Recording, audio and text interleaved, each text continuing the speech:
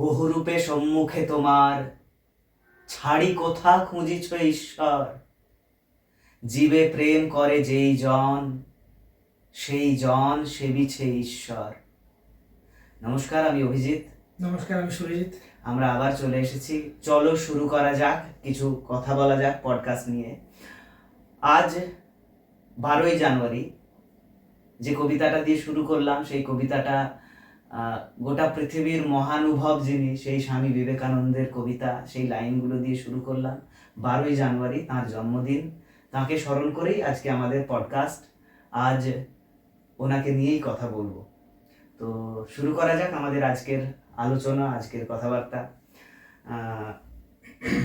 খুব টেকনিক্যালি যদি দেখি বা বলি, সাধারণভাবে আমরা স্কুলে পড়তে গিয়ে স্বামী বিবেকানন্দকে যেভাবে চিনি, সেটা হচ্ছে যে স্বামী বিবেকানন্দর জন্ম কবে, স্বামী বিবেকানন্দর নিয়ে রচনা লেখা, তো ওইখান থেকে আমরা চেনা শুরু করি স্বামী বিবেকানন্দর জন্ম কবে, কোথায়, মা বাবার নাম কি, এগুলোই। তো সেটাই সাধারণভাবে আমরা শুরু করি। 1863 সালের 12ই জানুয়ারি কলকাতার সিমলা নামক অঞ্চলে স্বামী বিবেকানন্দ জন্ম হলো। পিতা বিশ্বনাথ দত্ত, মাতা ভুবনেশ্বরী দেবী। তো ভুবনেশ্বরী দেবীর গর্ভে জন্ম নিলেন তখন নরেন্দ্রনাথ, নরেন, আর মায়ের ডাক নামে বিলে। তো আমরা ছেলেবেলার থেকে স্বামীজিকে জানবার যে প্রস্তুতি আমরা নিয়েছি, বা আমাদের টেক্সট বইতে স্বামীজিকে যেভাবে জেনেছি, একটা জায়গা হয়তো মনে থাকবে তোমার, সেই একটা গাছ আছে, ওখানে কোথাও কেউ যাবি না, ওখানে ব্রহ্মদৈত্য থাকে। তো তাকে খুব ভয় দেখানো হতো, সবাই ভয় দেখাতো, বড়রাও ভয় দেখাতো, ছোটরাও তো খুব ভয় পেত। কিন্তু স্বামীজির বক্তব্য ছিল যে নিজের চোখে না দেখে আমি বিশ্বাস করব না। তো স্বাভাবিকভাবেই ছেলেবেলার থেকেই উনি ডান পিটে, ওনার মা বলতেন যে চাইলাম শিব, পেলাম একটা ভূত। তো ওই ছেলেবেলার থেকে আমরা যেভাবে ছোটবেলায় পুতুল নিয়ে খেলা করেছি, রান্নাবাটি যাকে বলা হয়, সেই খেলা করেছি, আরো অনেক ধরনের খেলা খেলেছি। স্বামী বিবেকানন্দর খেলা ছিল ধ্যান খেলা। মানে ছেলেবেলার থেকেই উনি ধ্যানের মুদ্রাতেই থাকতেন, ধ্যান করতে ওনার ভালো লাগতো এবং ধ্যানে নিমজ্জিত হয়ে যেতে পারতেন। একটা গল্প আছে, স্বামী বিবেকানন্দ একসময় ওই ঘোড়ার গাড়ি করে যাচ্ছিলেন একটা জায়গা থেকে বাবা মায়ের সাথে সম্ভবত। তো ওই যাবার সময় উনি বিরাট একটা মৌচাক দেখতে পেলেন। ওই মৌচাক দেখে নাকি ওনার প্রথম ভাব সমাধি হয়, মানে উনি অজ্ঞান হয়ে যায়। অজ্ঞান মানে যাকে সমাধি বলে আর কি, পুরোপুরি অজ্ঞান হয়ে উল্টে পড়ে যাওয়া নয়, মানে জ্ঞান থাকা অবস্থায় উনি একটা ধ্যানে মগ্ন হয়েছিলেন। মানে ওই অত বড় মৌচাকের যে সংসার, এত বড় মৌচাক, এত মৌমাছি, এরা এক জায়গায় এত জটিলতা নিয়েও আছে কি করে, এই দেখে ওনার শিশু মন তখন মানে প্রায় তলিয়ে গেছিল, ডুবে গেছিল ভাবের সাগরে। তখন নাকি তার প্রথম সমাধি হয়। তারপর পরবর্তীতে বয়স কত হবে তখন কত হবে, 11-12 বছর বয়স খুব সম্ভবত বলছি, কারণ এক্সাক্ট টাইমটা আমার মনে নেই। তো ছেলেবেলা, তার কৈশোর বেলার আর শৈশবের মাঝামাঝি সময়টা। ওই সময় থেকে স্বামীজি গানও তখন শুনতেন। গান শুনতেন কেন, গান শিখতেন, হ্যাঁ, গান শিখতেন এবং গান করতেনও। কারণ একবার গল্পতেই পড়েছি, সম্ভবত আমার বইটা মনে পড়ছে না, মানে কোনো একটা লেখায় পড়েছিলাম, স্বামীজি একদিন জানালার ধারে বসে আছে, এক সম্ভবত কীর্তন বা বাউল করেন এরকম কেউ একজন পেরিয়ে যাচ্ছিলেন, একটা গান গাইতে গাইতে। উনি এক মনে তার গান শুনে যাচ্ছিলেন, শুনতে শুনতে হঠাৎ করে বাইরে বেরিয়ে গেলেন, দিয়ে অনেকটা পথ চলতেই থাকেন ওই সুর ধরে ধরে ধরে। তারপর অনেকক্ষণ পর বিকেল বেলায় বাড়ি ফিরে এসেছিলেন, মানে চলে গেছিলেন অনেকটা, গান শুনছেন, গানে এত ওনাকে অ্যাট্রাক্ট করতো। তো এতটাই উনি ছিলেন, মানে গান সঙ্গীতের প্রতি বিভোর ছিলেন। বিভিন্ন লেখাতে সেইটাই পাওয়া যায়। উনি গান শিখতেন, গান গাইতেন রীতিমতো।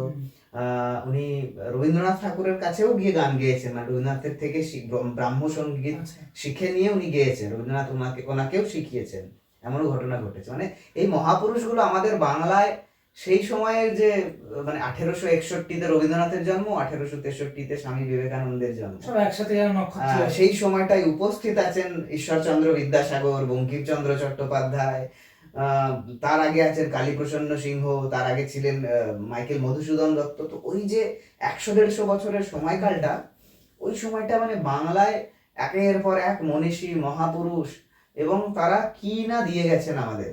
তো রবীন্দ্রনাথের কাছে স্বামী বিবেকানন্দ, মানে তখনকার নরেন্দ্রনাথ, তিনি গান শিখেছেন। নরেন্দ্রনাথের বর্ধমানের সাথে একটা লিঙ্ক আছে। বর্ধমানের আমাদের মন্তেশ্বরের কাছাকাছি কোনো একটা অঞ্চলে ওনার পিতামহের সম্ভবত মন্তেশ্বর সম্পত্তি মানে ছিল। আমাদের এই এই ভাতার বর্ধমান বর্ধমান এদিকে। মন্তেশ্বর, হ্যাঁ। তো ওখান থেকেই বিশ্বনাথ দত্ত উনি পরবর্তীকালে কলকাতায় চলে যান। কলকাতায় তখন তিনি অ্যাটর্নি ছিলেন, তো এই কাজগুলো উনি করতেন। তো ওনারই ছোটবেলাটা ধরি আমরা আগে। ছেলেবেলাতে স্বামীজির একটা ঘটনা আর কি। আহ, উনি, ওর বাবার যে দপ্তর ছিল, ঘরের নিচেই দপ্তর ছিল, সেই দপ্তরে বিভিন্ন হুকো টাঙিয়ে রাখা থাকতো,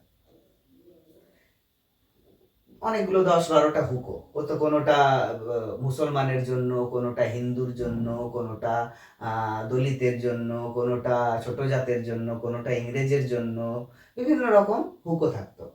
দিয়ে একদিন নরেন্দ্রনাথ কি করলেন, কেন কেন ওর বাবা কেন রাখতেন? ওনার কাছে তো আসতো বিভিন্ন ক্লায়েন্ট যাকে বলা হয়, ক্লায়েন্টরা আসতেন, আচ্ছা, তো তাদেরকে তাদেরকে প্রোভাইড হুকো করতে। দিতে হতো। আচ্ছা আচ্ছা তো তখনকার দিনে তো ওটারই চল ছিল, আতিথেয়তা বলতে। আচ্ছা। তো নরেন্দ্রনাথ কি করলেন, একটা করে হুকো মুখে দিচ্ছেন আর রেখে দিচ্ছেন, দিচ্ছেন আর রেখে দিচ্ছেন। দিয়ে ওনার বাবা দেখে বলছেন, কি ব্যাপার, তুমি কি করছো এসব? দিয়ে তখন বিলে তখন বলছেন যে আমি দেখছি যে এতে আমার জাত যায় কিনা। মানে ওই শিশু মন থেকেই উনি ওই বিষয়টা, জাত যাওয়ার বিষয়টা, জাতপাতের বিষয়টার কত বিরোধী ছিলেন, সেইটা ওই শিশুর হুম। অবস্থা থেকেই বোঝা যাচ্ছে। তো শুধু জাতপাত নয়, তুমি আরেকটা জিনিস লক্ষ্য করো, এই গান, ধ্যান, জাতপাত, যে বিষয়গুলো নিয়ে উনি আগে অধ্যয়ন করেছেন বা আমাদের কাছে একটা মানে কি বলবো, সিদ্ধান্ত পরিবেশন করেছেন, সেগুলো পূর্বজাত ব্যাপার থেকেই তার মধ্যে ছিল, মানে বাল্যকাল থেকেই এগুলো তার মধ্যে গ্রো করছিল। এই যে ধ্যান বললে, ছোট থেকেই তার খেলার ছিল ধ্যান। গান, ছোটবেলা থেকেই কিন্তু তার ওই দিকেই ধ্যান, এই গান, সুর তাকে ভীষণভাবে অ্যাট্রাক্ট করতো। আবার এখন জাতপাতের কথা বললো, যেটা উনি বলেছিলেন পরবর্তী সময়ে স্বামীজির বাণী হিসাবে পরিচিত আমাদের কাছে, যে মুচি, মেথর, কাঙাল সবাই আমার ভাই। তো এটা যেন ওই যে তুমি বললে তাই মনে পড়ে গেল, ছোট থেকেই ব্যাপারগুলো ছিল। একটা কথা আছে না, মূল পত্তনে চেনা যায়। একদম সেটাই হচ্ছে ব্যাপার, বলো তো। তো ওইটা হচ্ছে ছেলেবেলার সময়টা, ছেলেবেলার পরবর্তীতে তো স্কুলে যাওয়া, স্কুলের পরবর্তীতে কলেজ। এইবারে স্বামীজি যেটা নিজে অনুভব করেছিলেন যে তখন তো ইংরেজি শিক্ষা চালু হয়ে গেছে, ইংরেজি শিক্ষায় শিক্ষিত হয়ে উনি দর্শন পড়ছেন, পাশ্চাত্য দর্শন পড়ছেন, বিজ্ঞান পড়ছেন। তো এই দর্শনগুলো পড়তে পড়তে প্রবল যুক্তিবাদ ওনার মধ্যে প্রবেশ করে। যুক্তিবাদ, আমি যুক্তিহীনভাবে কিছুই মেনে নেব না। অলরেডি তিনি যুক্তিবাদীই ছিলেন।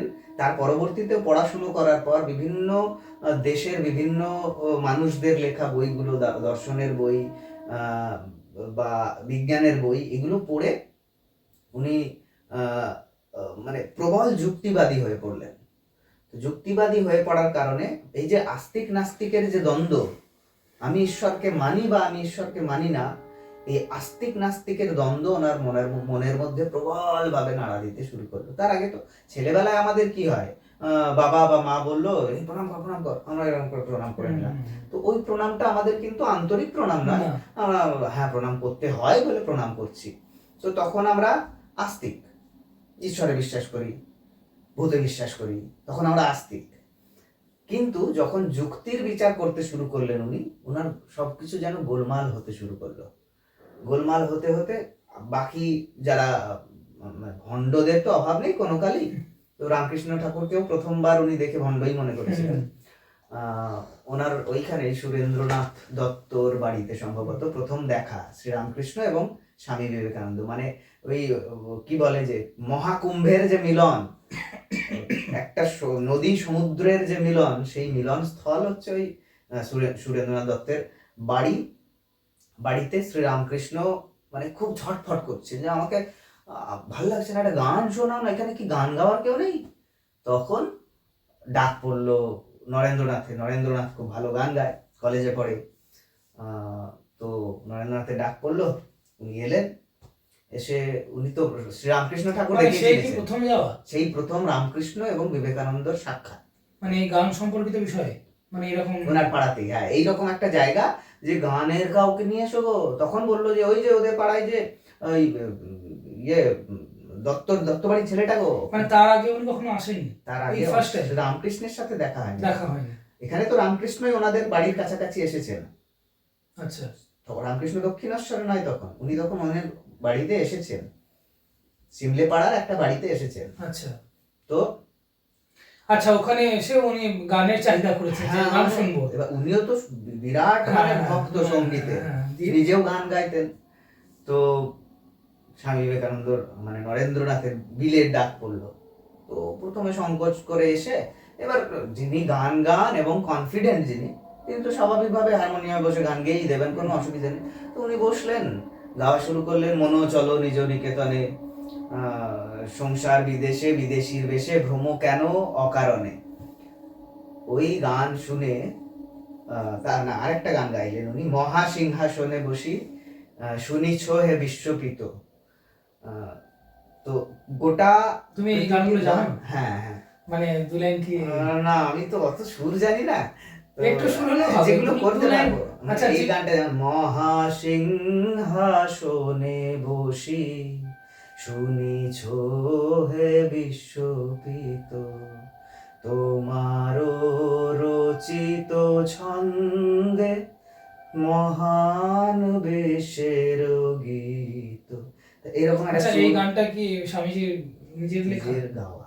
নিজের গাওয়া, মানে সুর বা কথা? কিছু গান উনি গাইতেন, রবীন্দ্রনাথের লেখা কিছু গান গাইতেন, যেগুলো রামপ্রসাদী গান বেশিরভাগটা গাইতেন শ্রীরামকৃষ্ণ। এই কথা গান মানে সুর ওনার নয় তো? না না, উনি তো পরবর্তীকালে গান সুর অনেক করেছেন। আচ্ছা, যেমন শ্রীরামকৃষ্ণদেবের স্তুতি স্তোত্র, ওটাই তো ওনারই করা। এখন যেটা রামকৃষ্ণ মিশনে, রামকৃষ্ণ মঠগুলোতে যেগুলো সন্ধ্যা আরতি হয়, সবটা ওনারই করা আর কি।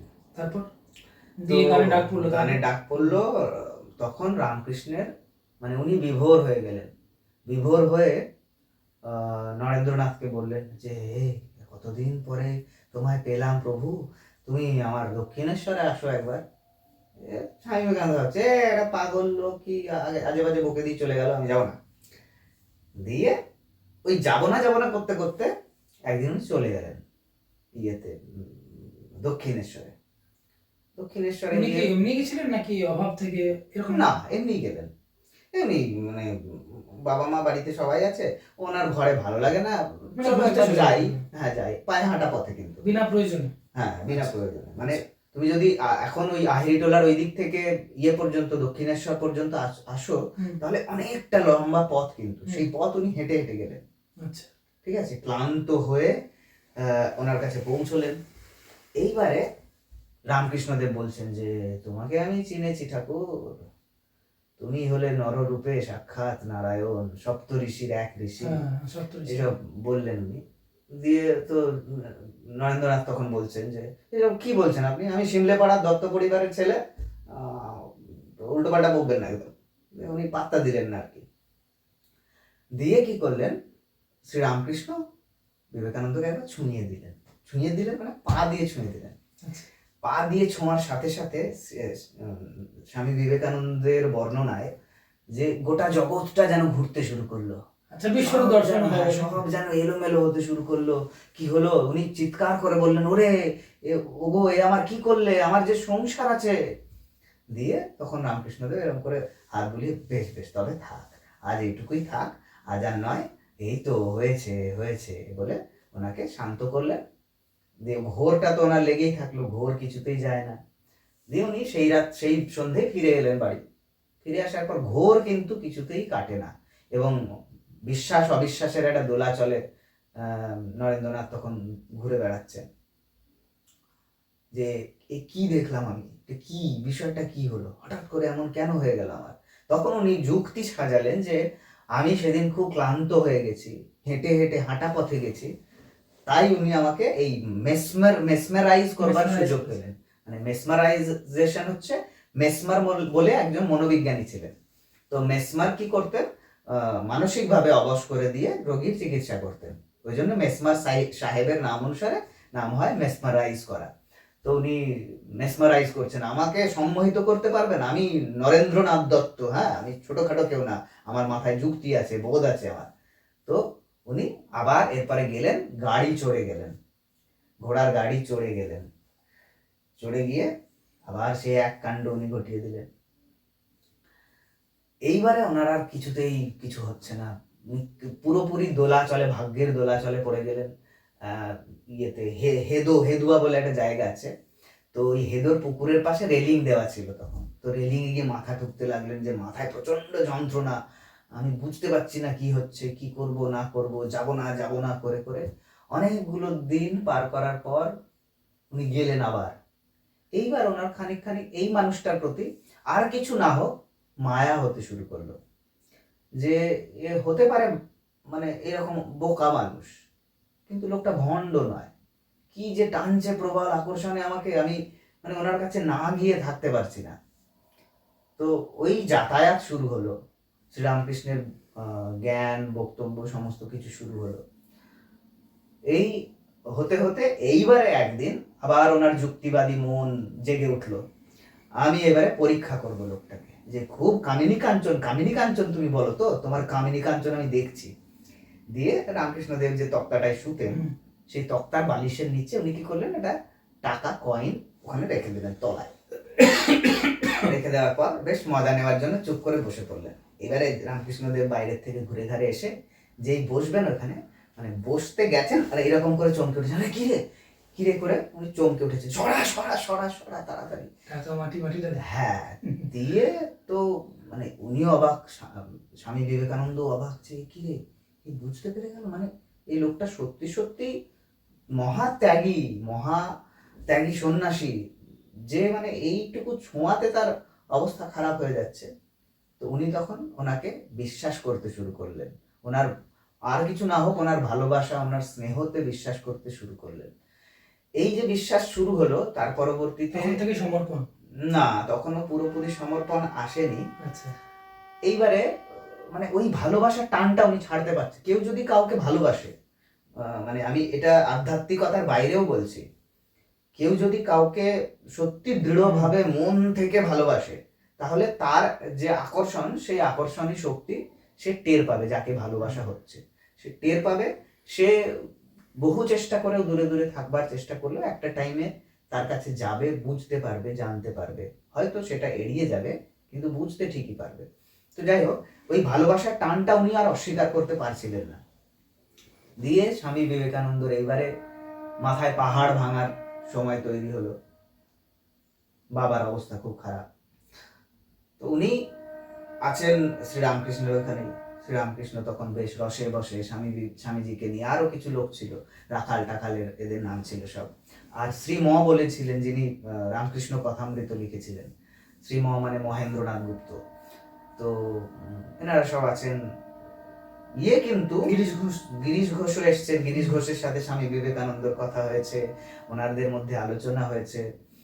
মানে জিসি বলতেন শ্রীরামকৃষ্ণ, স্বামী বিবেকানন্দ গিরিশ ঘোষকে জিসি বলতেন, জিসি।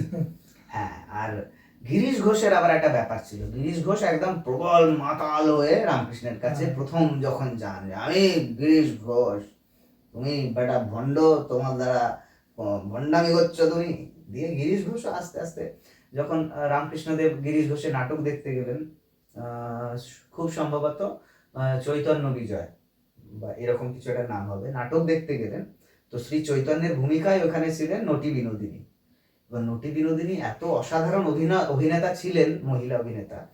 তো উনি চৈতন্য যেন হয়ে গেছেন, আর শ্রী রামকৃষ্ণ তখন ঘন ঘন ওনার সমাধি হচ্ছে, বিভোর হয়ে যাচ্ছেন চৈতন্য লীলা নাটক দেখতে দেখতে। নাটক শেষ হওয়ার পর উনি যথারীতি গ্রিন রুমে গেছেন, দিয়ে একেবারে ইয়েকে প্রণাম করে ফেলেছেন, আমাদের নটি বিনোদিনীকে। বিনোদিনী তো মানে সংস্কার কোথায় যাবে, কু হোক চাই সু হোক, ওনার সংস্কার যে একটা মানে মহান সাধু ব্যক্তি, উনি আমার পায়ে হাত দেবেন, এ তো আমার পাপ হয়ে গেল, যেহেতু উনি বারবনিতা। তো ওই ঘটনা ঘটলো, স্বামী বিবেকানন্দ সেই ঘটনা জানলেন, বুঝলেন। জিসির সাথে স্বামী বিবেকানন্দর অনেক কথা হলো। তো ওই সময়টায় এবারে স্বামী বিবেকানন্দের জীবনে পাহাড় নেমে আসার সময়। বাবা অসুস্থ হলেন। স্বামী বিবেকানন্দ তখন শ্রীরামকৃষ্ণের কাছে। তো ডাক পড়লো যে তোর বাবা খুব অসুস্থ, কি করবি, চল। উনি গেলেন, দেখলেন বাবা অসুস্থ, বাবাকে বাঁচাতে পারলেন না, বিশ্বনাথ দত্তকে। এবার বাবারও মানে ধার দেনা ইত্যাদি এই সমস্ত কারণে টাকা পয়সারও খুব অবস্থা খারাপ, খাওয়া নেই দাওয়া নেই। উনি স্বামী বিবেকানন্দ ওই যেটা পড়ি আমরা মারা গেলে বাবা মা, সাদা পোশাক, হ্যাঁ, তো থান যেগুলো, তো ওইগুলো পরে দুশ্চিন্তা করেন উনি, কিন্তু রামকৃষ্ণের ভালোবাসা স্নেহকে উনি কিছুতেই কিছু করতে পারেন না। এদিকে বাড়িতে যন্ত্রণা, ভয়ঙ্কর যন্ত্রণা, মা খেতে পাচ্ছে না, ভাই বোনেরা খেতে পাচ্ছে না। উপর দিক থেকে ওনার জ্ঞাতি একজন ওনাদের এগেনস্টে মামলা করে দিল, জমি জায়গা সংক্রান্ত মামলা। তার এক সমস্যা, জমি জায়গা চলে গেলে মা ভাই বোন এরা থাকবে কি করে। ওনার ভাই ছিলেন একজন স্বাধীনতা সংগ্রামীও। তো তবুও উনি রামকৃষ্ণের কাছে যাওয়া ছাড়ছেন না, বসে আছেন ওখানে দিয়ে এবারে মা ভুবনেশ্বরী দেবী উনি বললেন যে আমি আর পারছি না। এবারে উনি গাড়ি নিয়ে, ঘোড়ার গাড়ি করে শ্রীরামকৃষ্ণের কাছে এলেন ছেলেকে নিয়ে যাওয়ার জন্য। দিয়ে রামকৃষ্ণর কাছে উনি যখন কথা বললেন, রামকৃষ্ণ বললেন হ্যাঁ নিয়ে যান, আমি কত বলেছি, যান, বাড়ি যা। দিয়ে তো যখন গাড়িতে উঠছেন স্বামী বিবেকানন্দ, তখন ভুবনেশ্বরী দেবী বললেন দেখ কত ভালো মানুষ, হ্যাঁ আমি বললাম তুই আমার কথা শুনিস না, উনি তো বলছেন যে চল বাড়ি চল, আমি তো কত বলি বাড়ি যেতে, তোর সংসার আছে, তোকে দেখতে হবে, মা ভাইরা আছে, তাদের কে দেখবে। তখন স্বামীজি হেসে বললেন যে শোনো মা, উনি হচ্ছেন এমন একজন মানুষ, উনি চোরকে বলবেন চুরি করতে আর গৃহস্থকে বলবেন বাড়ি আগলাতে। তো সেই ঘটনা ঘটলো, উনি ফিরে গেলেন। ফিরে যাওয়ার পর ওনার খুব যন্ত্রণা হলো যে আর পারা যায় না। কৃষ্ণের একটা গল্প মনে পড়ে গেল, শ্রীকৃষ্ণের যখন কর্ণের কবচ কুণ্ডল যখন নিতে যখন এসেছিলেন দেবরাজ ইন্দ্র ব্রাহ্মণের ছদ্মবেশে, তো কর্ণ ছিলেন সূর্যপুত্র। তো সূর্যদেব খুব চিন্তায় পড়ে গেছিলেন তার আগের দিন রাত্রেবেলায়, যে ভোর হলেই তো ইন্দ্রদেব এরকম পরিকল্পনা করেছেন। তো কৃষ্ণের কাছে গেলেন, দ্বারস্থ হলেন যে কৃষ্ণ আপনি সবই জানেন, তো কি করা যায়। তো বললো তুমি পিতা, তুমি পুত্রের জন্য চিন্তা করবে সেটাই স্বাভাবিক, তুমি তোমার পুত্রকে বলে দাও। আর এদিকে দেবরাজ ইন্দ্র এসেছে, যে ইন্দ্র কি বলে সূর্যদেব তো কর্ণকে বলে দিয়েছে, সাবধান করেছে, সুতরাং কবচ কুণ্ডল না পাওয়া গেলে তো অর্জুন তাকে পরাস্ত করতে পারবে না।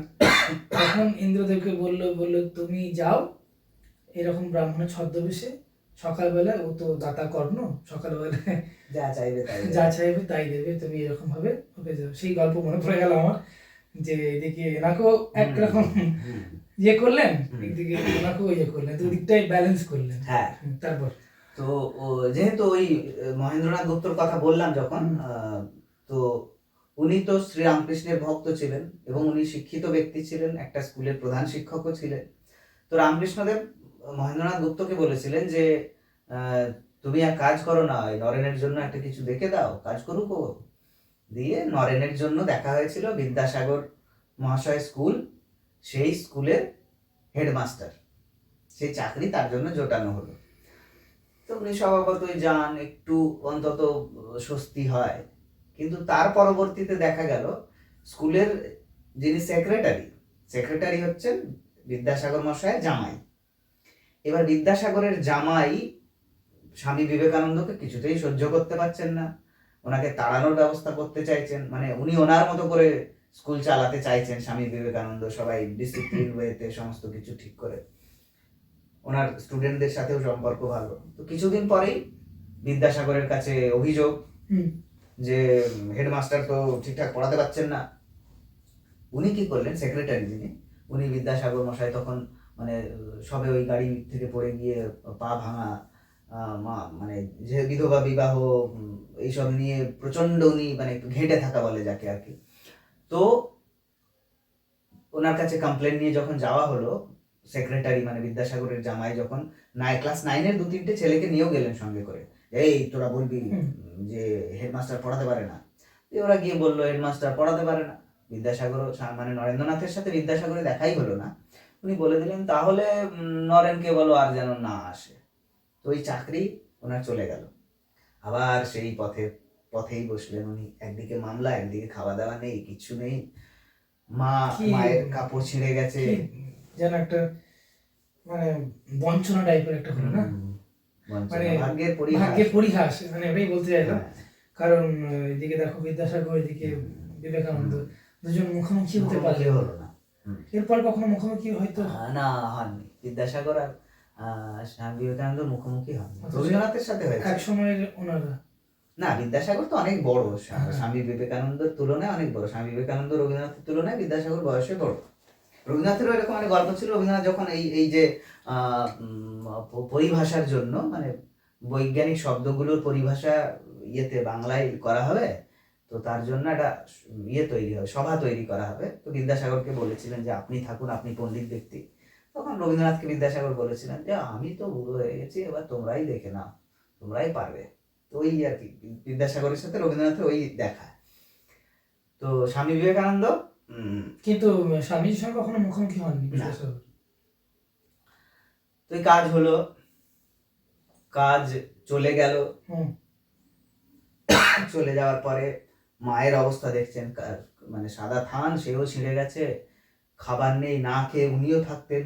একবেলা বলতেন আমি খেয়ে এসেছি, বন্ধুর কাছ থেকে মানে খেয়ে ভীষণ এসেছি। অভাব ছিল। প্রচন্ড সাংঘাতিক অভাব। মানে আমরা জীবনে ছোট ছোট যন্ত্রণায় তো মনে করি যে আমার কত কিছু চলে গেল, মানে সামান্য একটা কিছু, মানে কারোর সাথে কারোর একটা ছাড়াছাড়ি, বিচ্ছেদ হয়ে এতটা গেল। কি দেউলিয়া হওয়ার জন্যই হয়েছিল, ধার দেনার জন্য, তাই তো? ধার দেনা, তারপরে মামলা, আচ্ছা। জ্ঞাতির মামলা।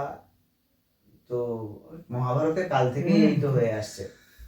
তো ওই জ্ঞাতির মামলা, এই সমস্ত কিছুর কারণে এবার খাবার জুটছে না, ভাই বোনেরা যাতে খেতে পায়, উনি না খেয়ে আছেন।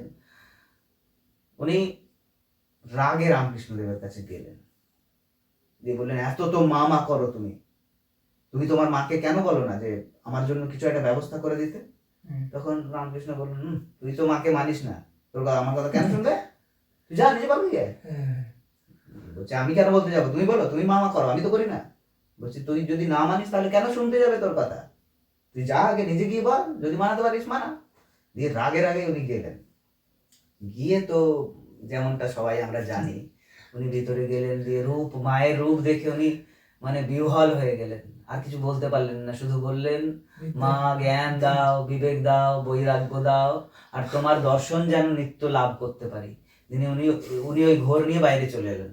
দিয়ে রামকৃষ্ণ বললেন কিরে বলি বলি, আমি বললাম না ভুলে গেছি তো। একটু সাহস সঞ্চয় করে বলতে হবে তো, যা বাচ্চা। আবার গেলেন, আবার সেই এক কথা উনি কিছুতেই বলতে পারছেন না। আবার উনি বাইরে এলেন। রামকৃষ্ণদেব বললেন যা এবার ঠিক করে বলবি, কিন্তু শক্ত মন শক্ত কর, তোকে তো করতে হবে এটা। দিয়ে তৃতীয়বার যখন গেলেন, ওনার সবই মনে ছিল। বললেন না, মানে এত কিছু থাকতে আমি লাউ কুমড়ো চাইবো? মা জ্ঞান দাও, বিবেক দাও, বৈরাগ্য দাও, তোমার দর্শন যেন নিত্য লাভ করতে পারি, এই আশীর্বাদ দাও। দিয়ে উনি বেরিয়ে চলে এলেন। রামকৃষ্ণ বললেন কিরে বললি? তখন উনি বললেন যে আমি যখন সাক্ষাৎ ঈশ্বরকে পাচ্ছি আমি লাউ কুমড়ো চাইবো কেন? দিয়ে রামকৃষ্ণ বললেন যা, তোর মায়ের মোটা ভাত কাপড়ের ব্যবস্থা হয়ে যাবে।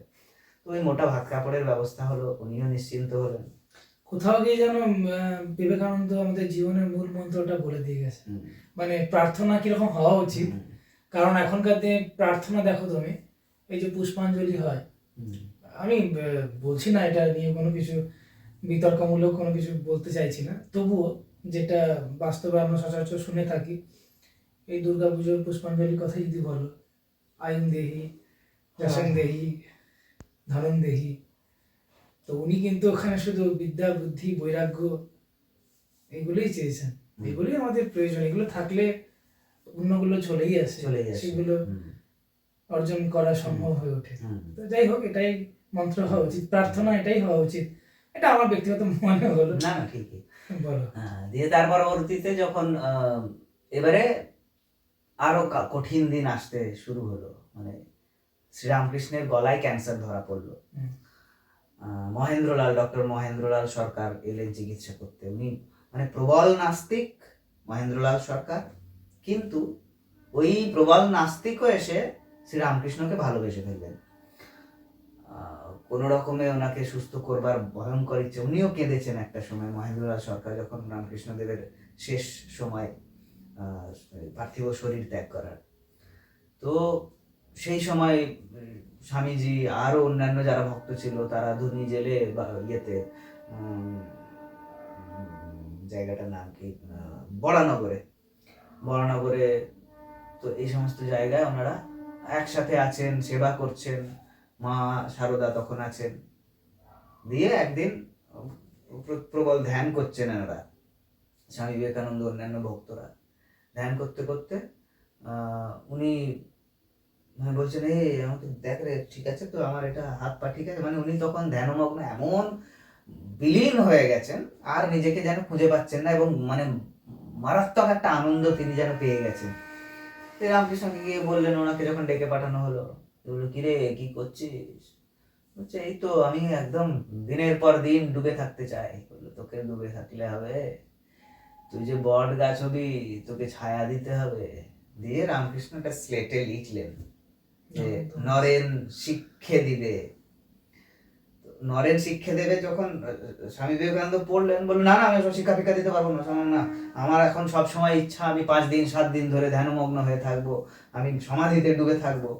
দিয়ে রামকৃষ্ণ ওনাকে তিরস্কার করলেন যে ছি ছি ছি ছি ছি, আমি তোকে কোন কাজের কথা ভাবছি? তুই বড় বট গাছ হবি রে, আর তুই এই সামান্য জিনিস, এর জন্য এই মোহে তুই পড়ে আছিস? তোকে কত এদেরকে সবাইকে দেখতে হবে। তখনও স্বামী বিবেকানন্দ কিন্তু রাজি হননি। যখন শেষ সময় শ্রীরামকৃষ্ণের, তখন সবাই কান্নাকাটি করছে, গিরিশ ঘোষ কেঁদে ভাসাচ্ছেন, মহেন্দ্রলাল সরকার পর্যন্ত কাঁদছেন।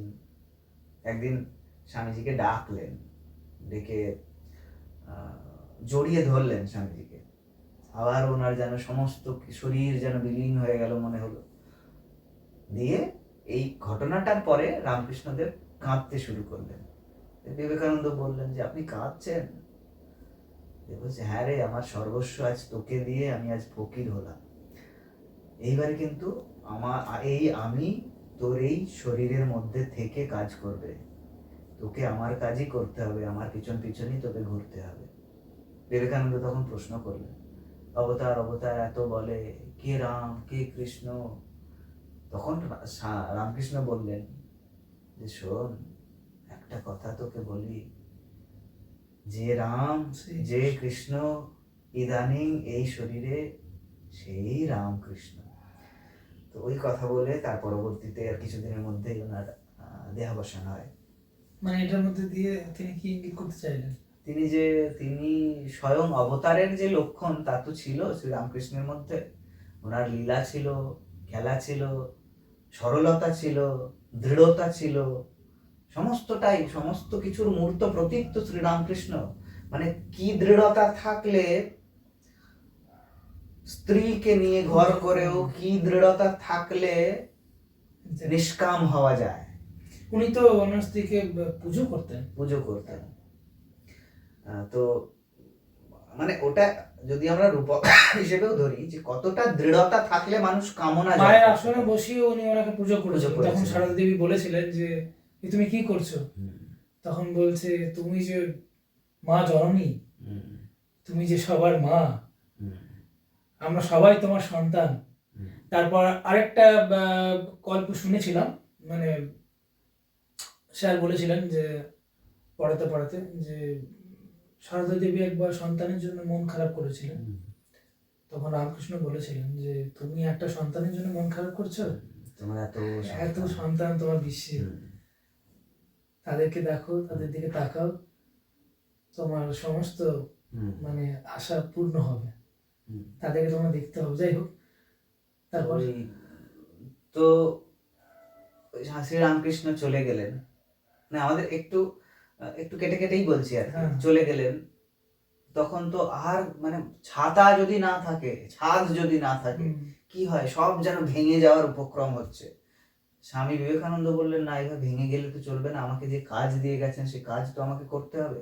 উনি বেরিয়ে পড়লেন পরিব্রাজক হতে।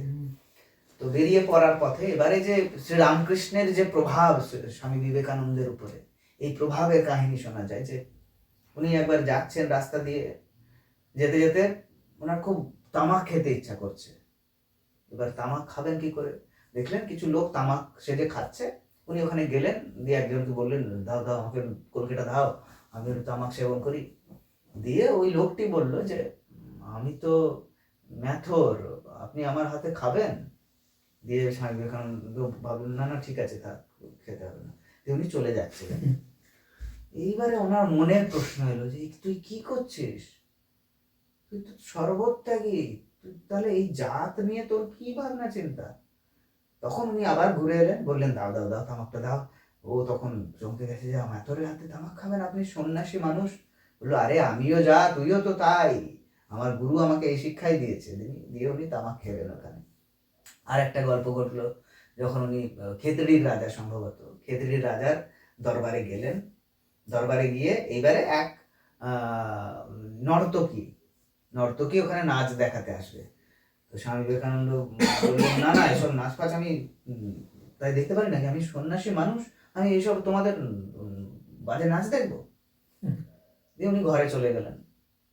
যাওয়ার পরে ওনার মনে হলো যে কে বনিতা, কে নর্তকী, কে কি, মানে তুই সন্ন্যাসী হয়ে এই প্রভেদ করছিস, যা এখনই।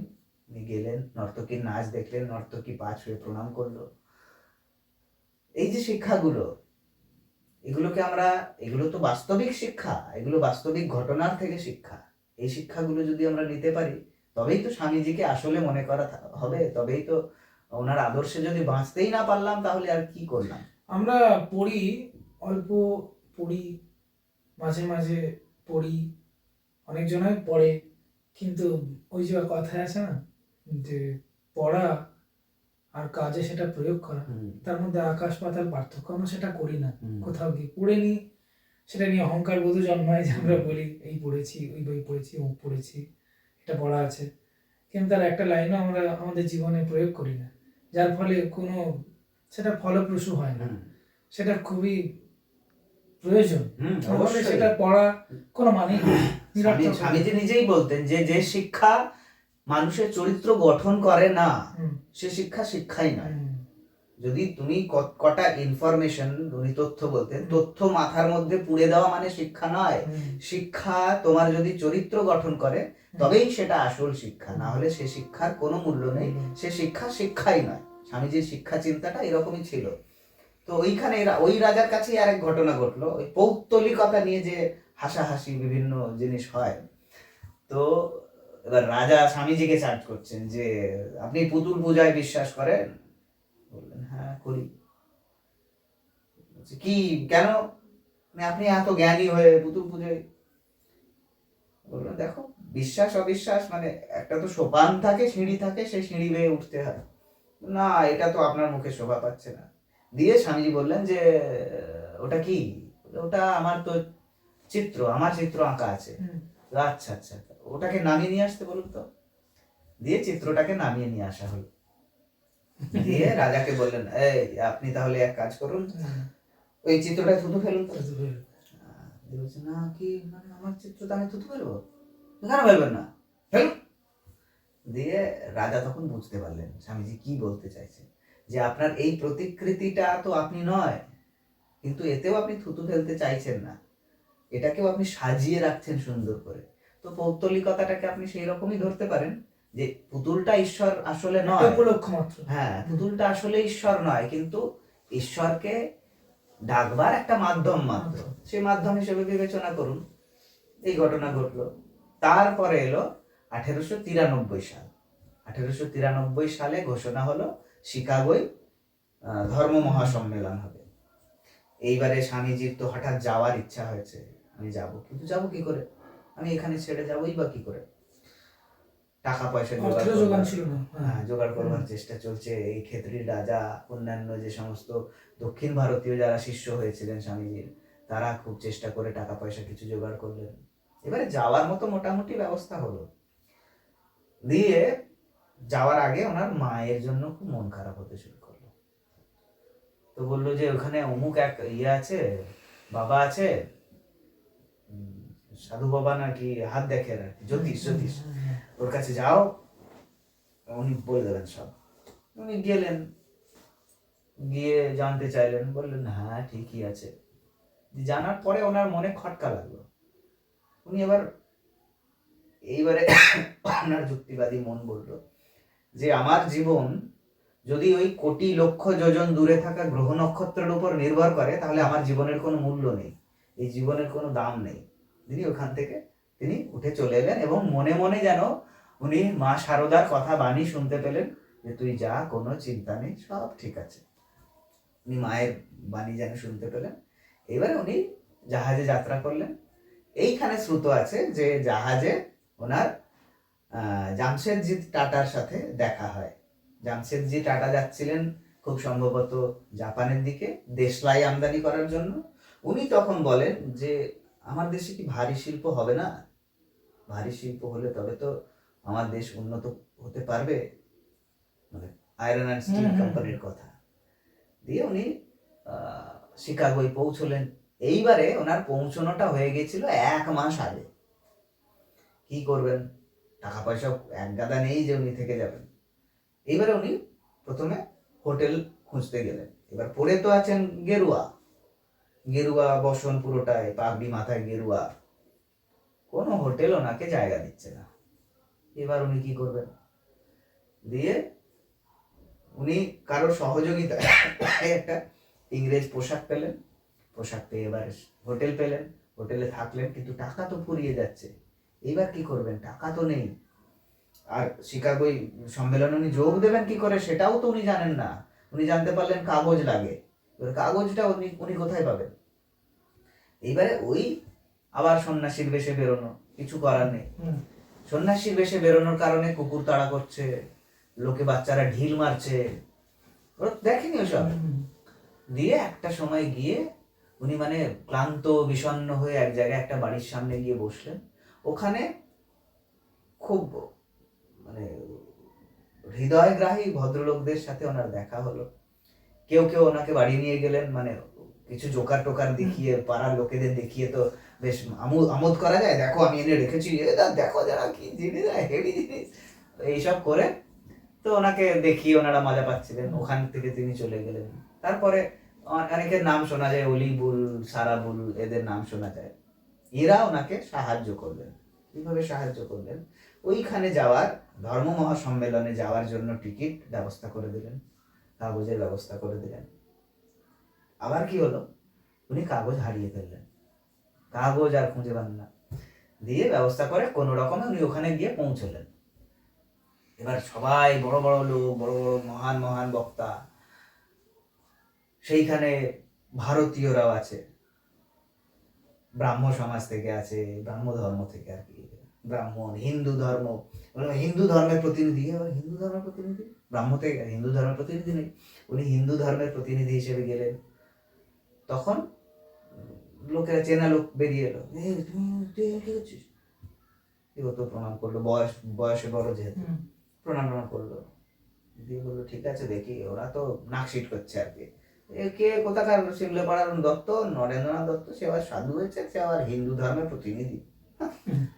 দিয়ে এইবারে ওনার যখন বক্তৃতার সময় এলো, তখন তো আমরা জানি বিখ্যাত সেই সংলাপ যে my dear brothers and sisters of America.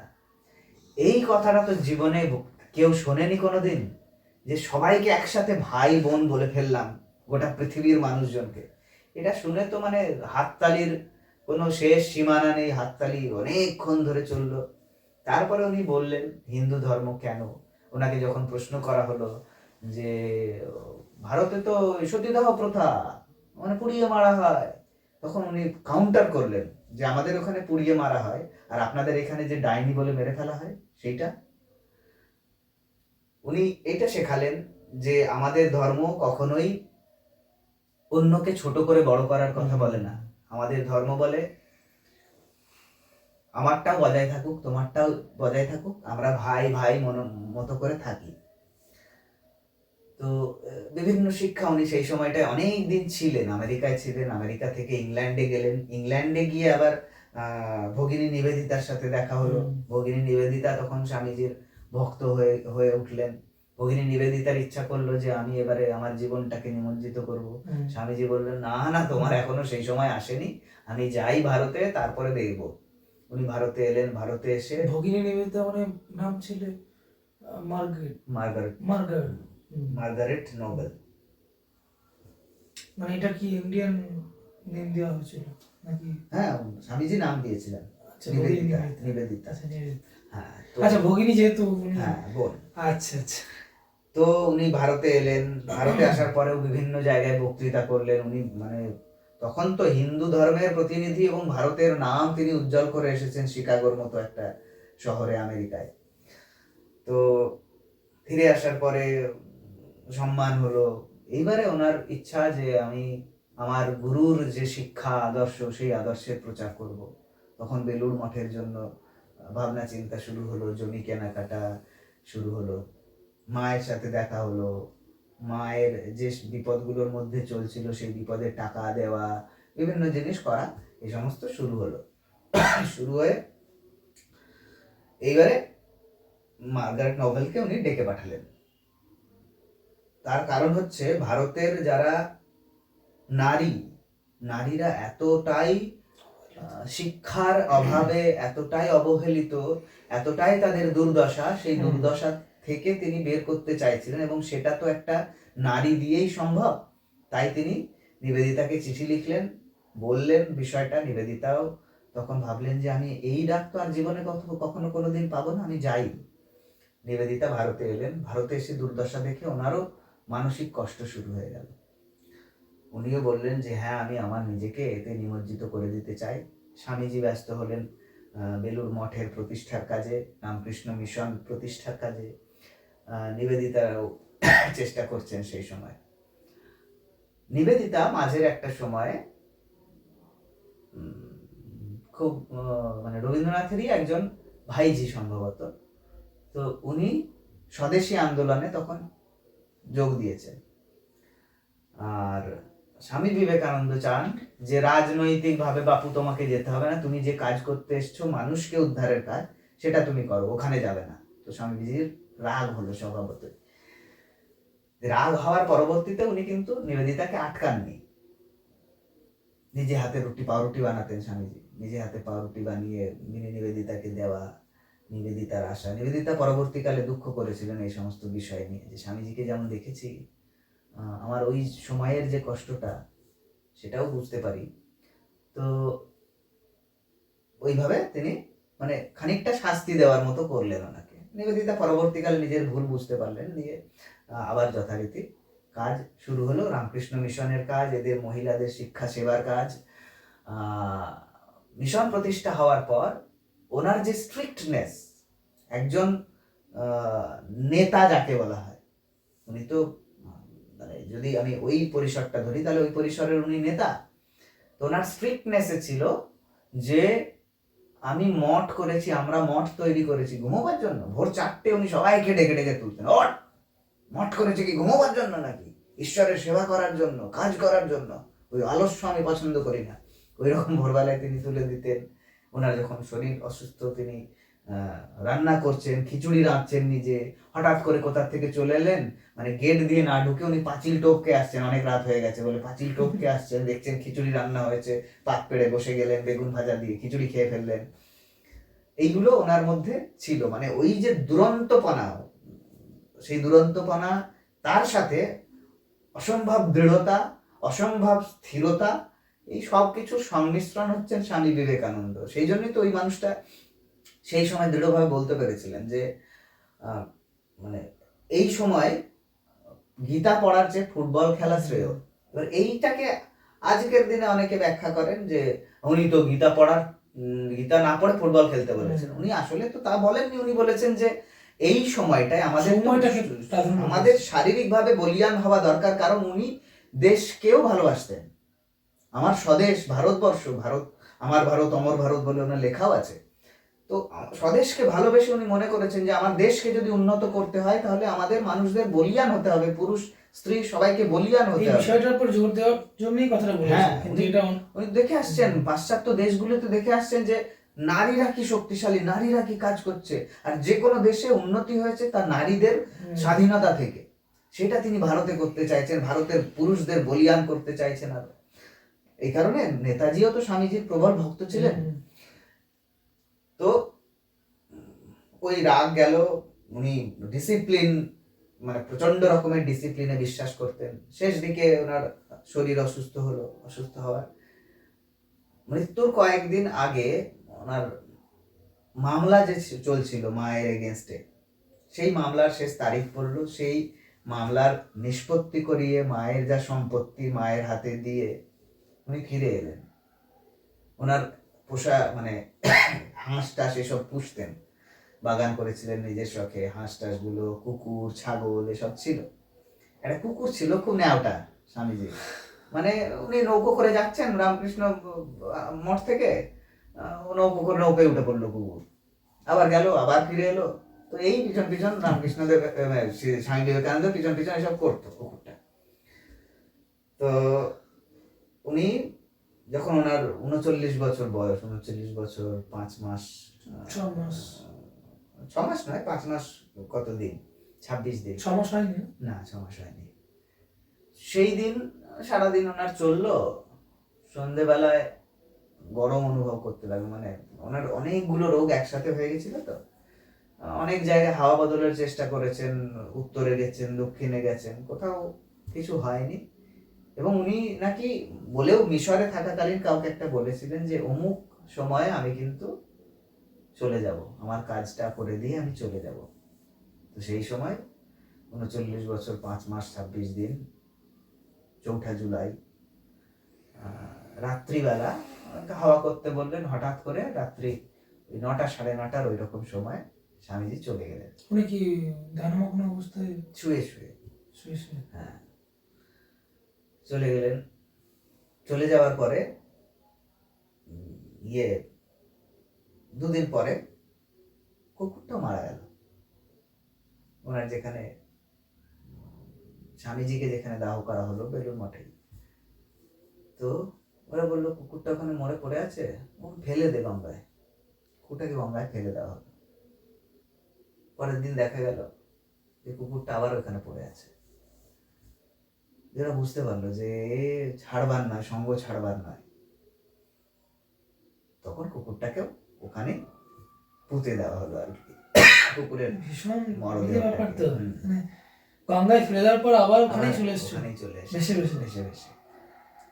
তো ওই যে স্বামীজি গেলেন, স্বামীজির শিক্ষাগুলো রেখে গেলেন আমাদের জন্য, মানে দেহ রেখে দিয়ে উনি শিক্ষাগুলো দিয়ে গেলেন। কি শিক্ষা আমাদের চলতে হবে? ওই বহুরূপে সম্মুখে তোমার, ছাড়ি কোথা খুঁজিছ ঈশ্বর, জীবে প্রেম করে যেই জন সেই জন সেবিছে ঈশ্বর। এবার যারা জীবন বিজ্ঞান পড়ি আমরা, জীব কাকে বলে আমরা ভালো করেই জানি। জীব আর জড় এই দুটোই তো আছে বস্তু। তা আমরা যদি জীবে প্রেম করি তাহলেই তো ঈশ্বরের সেবা। জীব মানে মানুষ হতে পারে, গাছ হতে পারে। যদি জীবে প্রেম করি, মানে এখানে আর তো কোনো বিভেদই থাকছে না। স্বামী বিবেকানন্দ মূলত বেদান্তে বিশ্বাস করতেন। বেদান্ত বলে যে বেদান্ত হচ্ছে চরম অদ্বৈতবাদী, অদ্বৈত বেদান্তে উনি বিশ্বাস করতেন। তো অদ্বৈত বেদান্ত বলে যে এক আছে, দুই নেই, জগৎ সংসার এক, এর আলাদা কিচ্ছু নেই, এটাই হচ্ছে অবিনশ্বর, সর্বত্র বিরাজমান। আমরা সবাই এক জিনিস দিয়ে তৈরি, আমাদের সামনে যে ফাঁকা জায়গাটা সেও সেই জিনিস দিয়েই তৈরি। অস্তিত্বের কোনো শেষ নেই, এর শুরু নেই, শেষ নেই। বেদান্তে তিনি বিশ্বাস করতেন, সেই বেদান্তের কথাই তিনি বারবার বলতেন। যখন এই পর্দা উঠে যাবে তখন আমরা সেই বেদান্তের দর্শন পাবো, সে তিনি বলতেন। এবং তিনি বারবার জোর দিতেন মানুষের চরিত্র গঠনে, শিক্ষার মাধ্যমে মানুষের চরিত্র গঠনে। সেই চরিত্র গঠিত হলে আমাদের দেশ, আমাদের পৃথিবী, আমাদের জগৎ, আমাদের ব্রহ্মাণ্ড আবার সুন্দর হয়ে উঠতে পারবে, এই আশাটুকু রেখে আমরা আজকের মতো একটু ভারী নোট দিয়ে আজকের মতো আমাদের চলো শুরু করা যাক, কিছু কথা বলা যাকে এপিসোডটা এখানে শেষ অনেক করছি। গল্প তোমার কাছ থেকে শোনা হলো আছে হ্যাঁ। স্বামীজির বিষয়ে। হ্যাঁ। তো আমি তো শুনলামই, হুম। সাথে সাথে আমাদের শ্রোতা বা দর্শক যারা আমাদের এই চলো শুরু করা যাক এই পডকাস্টটা দেখছে হুম, বা আমাদের চ্যানেল যারা দেখে, হুম। তারাও আজকে উপভোগ করলো আমাদের এই সুন্দর কথা গল্প কিছু জিনিস পড়েছি সেখান থেকে শেয়ার শেয়ার করলাম। করলে। হ্যাঁ, ভালো লাগলো। হ্যাঁ, আপনাদেরও যদি ইনফরমেটিভ মনে হয় কিছু তথ্য পেলাম, হ্যাঁ। তাহলে অবশ্যই জানাবেন। আমাদের না বলা কোনো তথ্য যদি থাকে সেগুলো সেটা আমাদের comment জানাবেন, আমরাও জানতে চাই। বা আরো অন্য কোনো দিন যদি কোনো বিষয়ে যদি এরকম ইনফরমেটিভ বা কোনো আলোচনা, আলোচনা ব্যক্তি বিশেষে, তাহলে সেটা কমেন্ট করে অবশ্যই জানাতে পারেন যে আমরা এই বিষয়ে শোনার জন্য আগ্রহী। তাহলে আমরা চেষ্টা করব যে এরকম ধরনের আরো পডকাস্টে এরকম আলোচনা সামনে আনতে। যাই হোক, তো শেষটা তুমি বলো, তুমি বলে দাও। ওই তো বলি যে, এবং আমরা হাফ সেঞ্চুরি কমপ্লিট করেছি, সেই জন্য আপনাদের প্রত্যেককেই ধন্যবাদ যারা এখনো পর্যন্ত আমাদের সাবস্ক্রাইবার হয়েছেন। আমরা এরকমই বিভিন্ন তথ্যমূলক, আলোচনামূলক, কিছু নস্টালজিক, কিছুটা এন্টারটেইনিং, কিছুটা স্কেয়ারি, বিভিন্ন আলোচনা আমরা করতে থাকবো, বকবক করতে থাকবো। আপনারাও একটু ক্ষমা ঘেন্না করে দিয়ে বকবক শুনতেও থাকবেন, শুনবেন, আমাদের সঙ্গে থাকবেন। শেষ করছি আমাদের আজকের এপিসোড। চলো শুরু করা যাক, কিছু কথা বলা যাকে আজকের দিনটা। নমস্কার। নমস্কার।